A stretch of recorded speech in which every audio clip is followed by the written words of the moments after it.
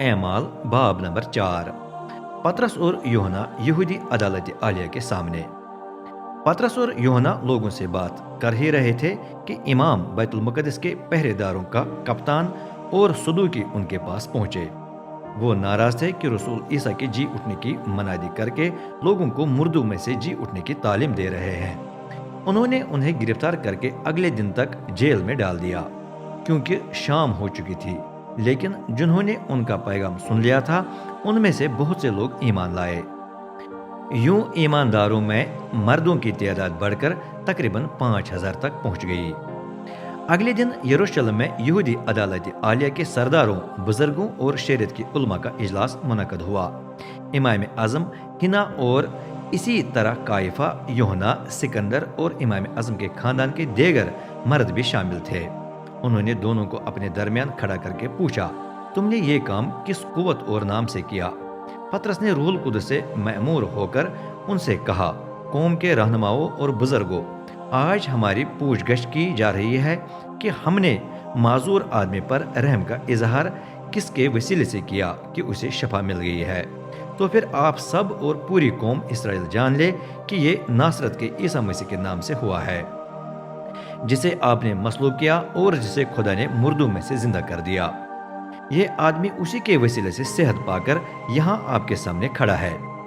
عیسیٰ وہ پتھر ہے جس کے بارے میں کلام مقدس میں لکھا ہے، جس پتھر کو مکان بنانے والوں نے رد کیا وہ کونے کا بنیادی پتھر بن گیا، اور آپ ہی نے اسے رد کر دیا ہے۔ کسی دوسرے کے وسیلے سے نجات حاصل نہیں ہوتی، کیونکہ آسمان کے تلے ہم انسانوں کو کوئی اور نام نہیں بخشا گیا جس کے وسیلے سے ہم نجات پا سکیں۔ پطرس اور یوحنا کی باتیں سن کر لوگ حیران ہوئے، کیونکہ وہ دلیری سے بات کر رہے تھے۔ اگرچہ وہ نہ تو عالم تھے نہ انہوں نے شریعت کی خاص تعلیم پائی تھی، ساتھ ساتھ سننے والوں نے یہ بھی جان لیا کہ دونوں عیسیٰ کے ساتھی ہیں۔ لیکن چونکہ وہ اپنی آنکھوں سے اس آدمی کو دیکھ رہے تھے جو شفا پا کر ان کے ساتھ کھڑا تھا، اس لیے وہ اس کے خلاف کوئی بات نہ کر سکے۔ چنانچہ انہوں نے ان دونوں کو اجلاس میں سے باہر جانے کو کہا اور آپس میں صلاح مشورہ کرنے لگے، ہم ان لوگوں کے ساتھ کیا سلوک کریں؟ بات واضح ہے کہ ان کے ذریعے ایک الہی نشان دکھایا گیا ہے۔ اس کا یروشلم کے تمام باشندوں کو علم ہوا ہے، ہم اس کا انکار نہیں کر سکتے، لیکن لازم ہے کہ انہیں دھمکی دے کر حکم دیں کہ وہ کسی بھی شخص سے یہ نام لے کر بات نہ کریں، ورنہ یہ معاملہ قوم میں مزید پھیل جائے گا۔ چنانچہ انہوں نے دونوں کو بلا کر حکم دیا کہ وہ آئندہ عیسیٰ کے نام سے نہ کبھی بولیں اور نہ تعلیم دیں۔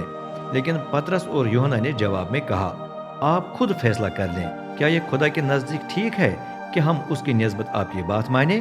ممکن ہی نہیں کہ جو کچھ ہم نے دیکھ اور سن لیا ہے اسے دوسروں کو سنانے سے باز رہیں۔ تب اجلاس کے ممبران نے دونوں کو مزید دھمکیاں دے کر چھوڑ دیا۔ وہ فیصلہ نہ کر سکے کہ کیا سزا دیں، کیونکہ تمام لوگ پطرس اور یوحنا کے اس کام کی وجہ سے خدا کی تمجید کر رہے تھے، کیونکہ جس آدمی کو معجزانہ طور پر شفا ملی تھی وہ 40 سال سے زیادہ لنگڑا رہا تھا۔ دلیری کے لیے دعا۔ ان کی رہائی کے بعد پطرس اور یوحنا اپنے ساتھیوں کے پاس واپس گئے اور سب کچھ سنایا جو رہنما اماموں اور بزرگوں نے انہیں بتایا تھا۔ یہ سن کر تمام ایمانداروں نے مل کر اونچی آواز سے دعا کی، اے آقا، تو نے آسمان و زمین اور سمندر کو اور جو کچھ ان میں ہے خلق کیا ہے، اور تو نے اپنے خادم ہمارے باپ داؤد کے منہ سے روح القدس کی معرفت کہا۔ اقوام کیوں طیش میں آ گئی ہیں، امتیں کیوں بیکار سازشیں کر رہی ہیں، دنیا کے بادشاہ اٹھ کھڑے ہوئے، حکمران رب اور اس کے مسیح کے خلاف جمع ہو گئے ہیں۔ اور واقعی یہی کچھ اس شہر میں ہوا۔ ہیرودیس انتپاس، پنتیوس پیلاطس، غیر یہودی اور یہودی سب تیرے مقدس خادم عیسیٰ کے خلاف جمع ہوئے جسے تو نے مسح کیا تھا۔ لیکن جو کچھ انہوں نے کیا وہ تو نے اپنی قدرت اور مرضی سے پہلے ہی سے مقرر کیا تھا۔ اے رب، اب ان کی دھمکیوں پر غور کر، اپنے خادموں کو اپنا کلام سنانے کی بڑی دلیری عطا فرما، اپنی قدرت کا اظہار کر تاکہ ہم تیرے مقدس خادم عیسیٰ کے نام سے شفا، الہی نشان اور معجزے دکھا سکیں۔ دعا کے اختتام پر وہ جگہ ہل گئی جہاں وہ جمع تھے، سب روح القدس سے مأمور ہو گئے اور دلیری سے خدا کا کلام سنانے لگے۔ ایمانداروں کی مشترکہ ملکیت۔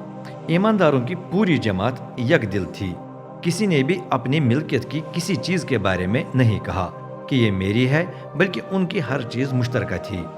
اور رسول بڑے اختیار کے ساتھ خداوند عیسیٰ کے جی اٹھنے کی گواہی دیتے رہے۔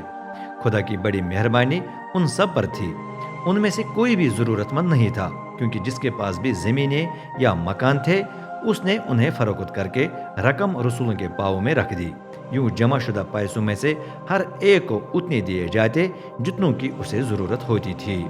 مثلا یوسف نامی ایک آدمی تھا جس کا نام رسولوں نے برمباس حوصلہ افزائی کا بیٹا رکھا تھا۔ وہ لاوی قبیلے سے اور جزیرے قبرص کا رہنے والا تھا۔ اس نے اپنا ایک کھیت فروخت کر کے پیسے رسولوں کے پاؤں میں رکھ دیے۔